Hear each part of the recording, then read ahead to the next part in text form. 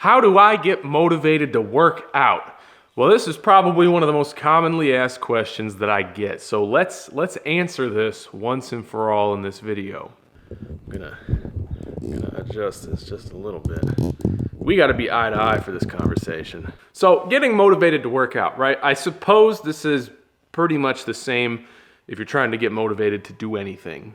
But there's two really important points about motivation that I need to make, that I need you to understand. And before I get into those 2 points, I need to make it very clear that this coaching advice, this information I'm about to give you, is only worth what you do with it, okay? Especially when we're talking about motivation, the only thing that matters is what you do with the information. A lot of people love to watch these videos. They like to save it on TikTok. They like to favorite it on YouTube. They pretend like they're gonna watch it again or they're gonna use the information, but they don't because they're addicted to learning and they have trouble implementing. So if you're watching this and you're struggling to get motivation to work out or to do anything, I want you to really focus on what I'm saying and then go do it, okay? So the first point about motivation is we need to make a distinction about what motivation actually is, because motivation isn't what most people think it is. Motivation is a fleeting surge of emotional energy that you get when you feel inspired to do something in a specific moment.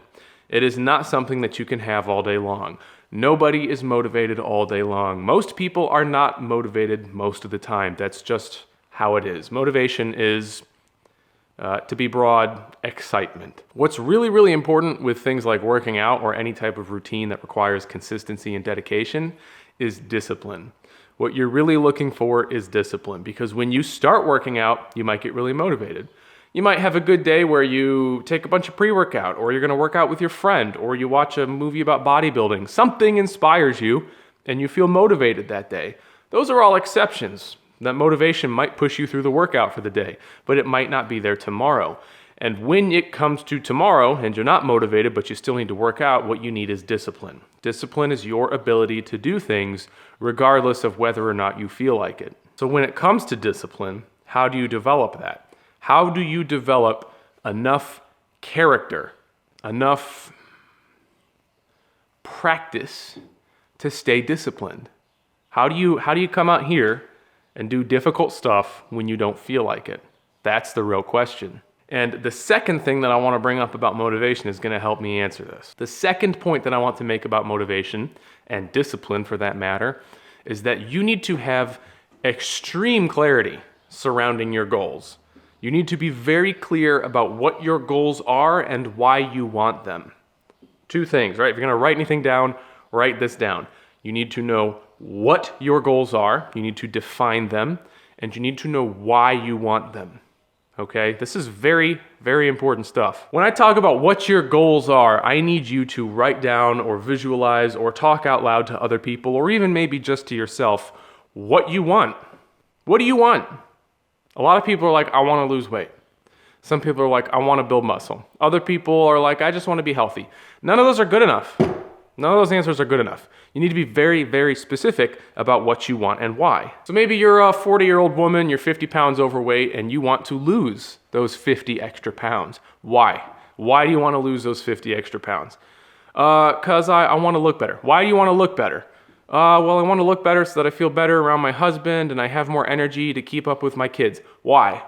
Well, because I really love my husband and our intimate life. You know, I feel like it's not what it used to be, and I looked better when I was younger, and I kind of want to reignite that. And my kids always want to play, and sometimes I don't have enough energy to take them to the park, and I feel bad.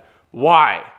Well, because my relationship has been struggling a little bit because I feel like I'm not disciplined and I'm letting my husband down, and you know, maybe he's letting himself go too because I've been letting myself go and my behavior is starting to show in him, and he's letting himself go, and I really just want to help him, and I feel sad because my kids want to play and I'm worried that they're not developing enough, and I need to spend more time with them because I don't spend enough time with them. I spend too much time working. Why? Because I want my life to be better. I know I'm capable of so much more, and this goal means so much to me because if I could just prove to myself that I could lose these 50 extra pounds, then I can prove to myself that I can do all kinds of things that can improve my life and I can enjoy the rest of it. You know, you need to go deep, okay? It's not about weight loss. It's never about weight loss. It's not about getting strong. It's not even about looking better. It's not about any of those things. It's not about abs. It's not about having big biceps. It's not about having a big round butt. All right? It's never about any of that. It's about the vision that you have for your future. It's about how you feel about yourself. It's about the carrot that you're chasing and the wolf behind you that you're running from. And that brings me to my next point. It is helpful not just to attach your goals to the deeply rooted emotional things that you want, right? Satisfaction in your life, approval from your spouse, approval and respect from your children, approval from your friends, your desire to fit in, your desire to love yourself and stop being so hard on yourself. Those are positive emotions that you're chasing. Those are helpful, but it's also helpful to attach your goals to the things that you're running from. What are you scared of? What are you running from? A lot of people, I think, subconsciously avoid defining their goals because they know, or their subconscious mind knows, that if they clearly define their goals, what they're actually doing is setting conditions for failure. Because those goals, when you define them clear enough to actually see where they fall, they become judges. And those goals judge you based on how you stack up against them. And if you set really, really high goals for yourself, all of a sudden you're not looking at your goals, you're looking up at your goals. You just became smaller because of how far away you are from your goals. That can be really intimidating, and that's what stops a lot of people from reaching their goals because they just set them too big. Their goals are too big and they're too far away. You get overwhelmed because you don't feel like you're making enough progress towards them, and then you quit. So what we can do is we can define the goals so we have something to look up to. But in order to push us up closer, we must look down at what we're running from. What will happen if you don't do this? What will happen if you don't lose those 50 pounds? What will happen if you don't pack on some muscle and actually get strong and stop looking like a twig? What's going to happen to your life? Your kids won't respect you, right?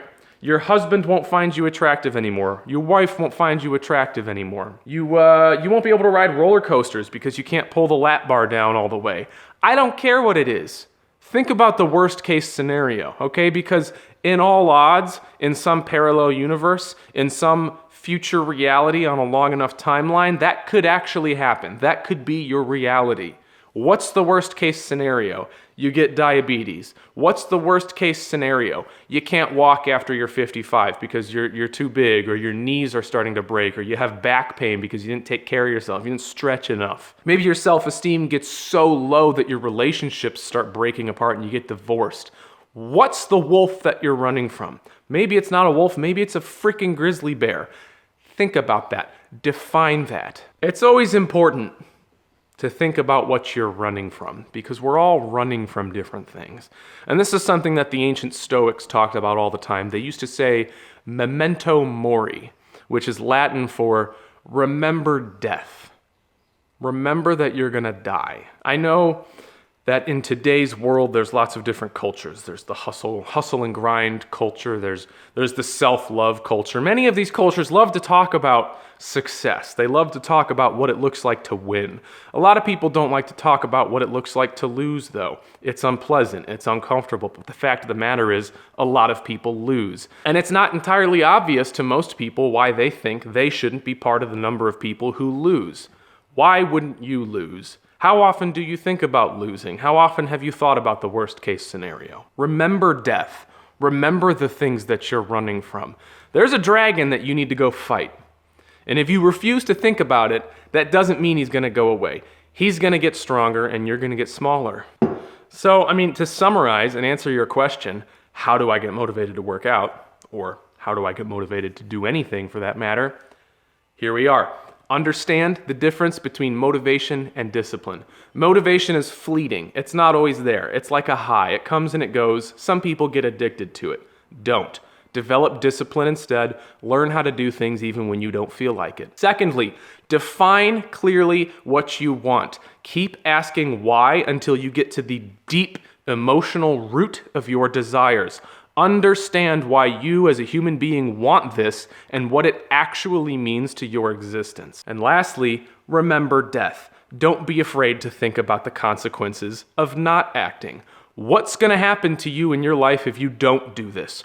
What are you running from? Meditate on that just as frequently as you meditate on the goal itself. Doing hard stuff is hard. Fitness is hard. Building a business is hard. Relationships are hard. But you've got your whole life ahead of you. You've got years. Use your time correctly. And if you really want to make a difference in your life, if you really want to do this, please go do this.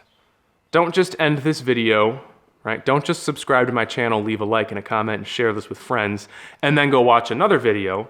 Please, don't do that. Close YouTube, close TikTok, whatever you're seeing this on. Go try it. Go do it. Go find a journal, and if you don't have one, go to Walmart and make this sacred. Make this a special thing, okay? Don't go to Walmart. Go to Hobby Lobby. Go to Joann Fabrics or Michael's. Go to an expensive craft store and buy a leather-bound journal. I'm talking like a $30 journal. Make it expensive. Make it lovely. And maybe even buy a really expensive pen too, okay? But go do that. Go in the other room. Shut off YouTube. Get out of here. And you sit down, put on some relaxing music, close the blinds, put on some lighting, open up this journal and start writing down your vision. Start writing down exactly what you want for yourself and why. Write down every reason you can think of. And if the reason is too broad, as in if you ask why, there's another answer that's more detailed, keep going. Ask why again. Ask why. Ask why. Fill pages if you need to. Get to the root of why you feel inadequate. Why do you feel like you need this? Don't lie to yourself, okay? You don't want to lose weight. You want someone's approval. You want your own approval. Your parents never made you feel like you were good enough. Your teachers told you that you couldn't do certain things. You were held down your whole life. You were suppressed. Maybe you had a hyper-religious upbringing, or maybe you had the opposite. You had an upbringing where parents never taught you about anything sacred or spiritual or special. Maybe you feel existential dread.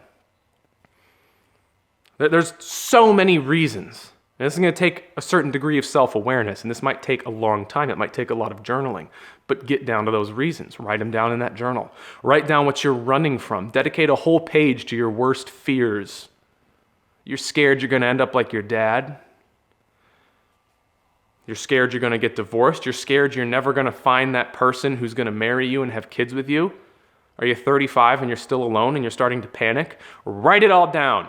Face it. It's there for you. It's waiting. I keep using metaphors. I'm sorry. I've been listening to a lot of Carl Jung lately, so the symbolism is swirling around in my head. But this is a dragon, okay? Go to its lair and kill it before it comes to your village and kills you. Yeah, that's all I got for you guys. Hope that was helpful. Remember my advice. Go do this right now if you're serious about this. If you're not serious about it, keep scrolling, keep watching stuff, give it as many years as it takes. Eventually, you'll feel enough pain and take action, and you've all been there. But you can take it from me, it's not worth it. Good luck. I hope you guys have a fantastic day. I love and appreciate all of you. If you want more of my coaching content, be sure to subscribe to the YouTube channel. Follow me on TikTok. All my links are down below. There's a link in my profile. I make it easy to find my stuff. Just find my link, andrewwuellner.com/links. All my stuff's there. I appreciate each and every one of you. We'll see you in the next video. Take care.